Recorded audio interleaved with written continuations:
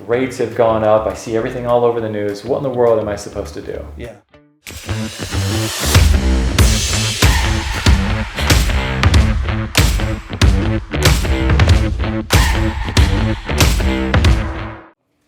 Mortgage rates have doubled.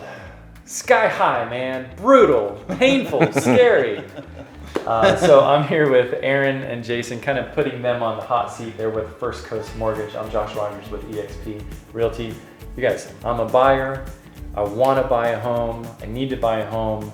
Rates have gone up. I see everything all over the news. What in the world am I supposed to do? Yeah, I'm glad you brought that up. Obviously, it's a topic of discussion.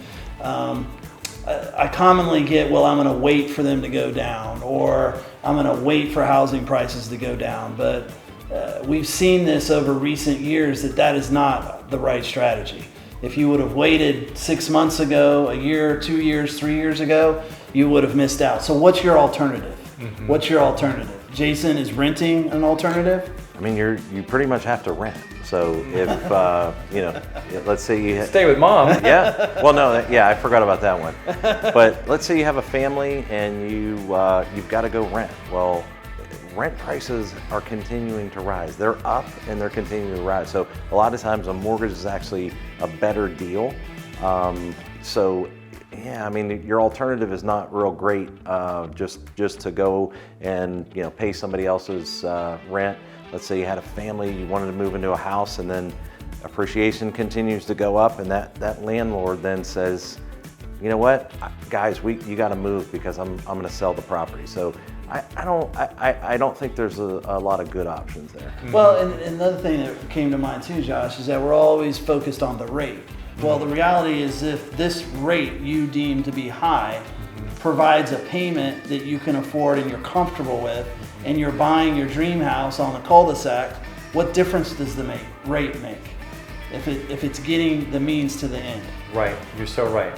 That would be focusing on the wrong goal or getting distracted on a means to the ultimate end. Right. And so, yeah, compared to a year ago, you're not going to be able to buy the same house for the same payment or price. But I could still buy a home, all right? It may be a slightly lesser of a home, but I can still move forward with my family and living my life and building, that American dream. And so I completely agree with you guys. What's the alternative? The alternatives aren't great. And waiting, how do you think? 3 years ago, there were plenty of people that said, I'm going to wait for the prices to come down. And how do you think that's worked out for them over the past 2-3 years? Not good. Not good. Even when rates ticked up, a little while ago, and people said, I'm going to wait for them to come back down. How many people would love to have locked in those rates when they said they were going to wait for them to come back down? 100%. Yeah. 100%. If that's what you believe, and nobody has the crystal ball, but if that's what you believe that they are going to go down, there's always refinance options in the future. So, if that's what what you believe, and a couple years down the road, imagine the equity you're going to have from buying now, and then 2 years down the road having that equity. And imagine being settled with your family in the home that you own. Right. You're not thinking about the rate.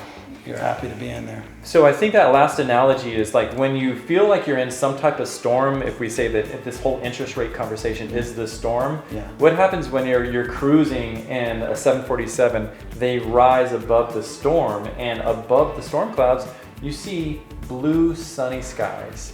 And so it just gives you perspective that this is for your family, it's for your lifestyle, it's for your enjoyment, and there are options. Yeah, absolutely. Okay, cool. And then what's the big thing to remember too? When you're up in that airplane looking down, looking historically, ask your dad and your mom what their interest rate was when they bought their first house. That's a good point. point. Lot higher than it was now, a lot higher. And were people still buying homes then? Absolutely. I will tell you a big advantage of being able to buy a home right now, making a decision and taking action, is you have more options. There's more availability. So while others are scared, you're able to move in and swoop up some really good options. Yeah. Whereas you were not able to do 3 months ago. Absolutely. Yeah. Okay, thanks guys. Yeah, thank you.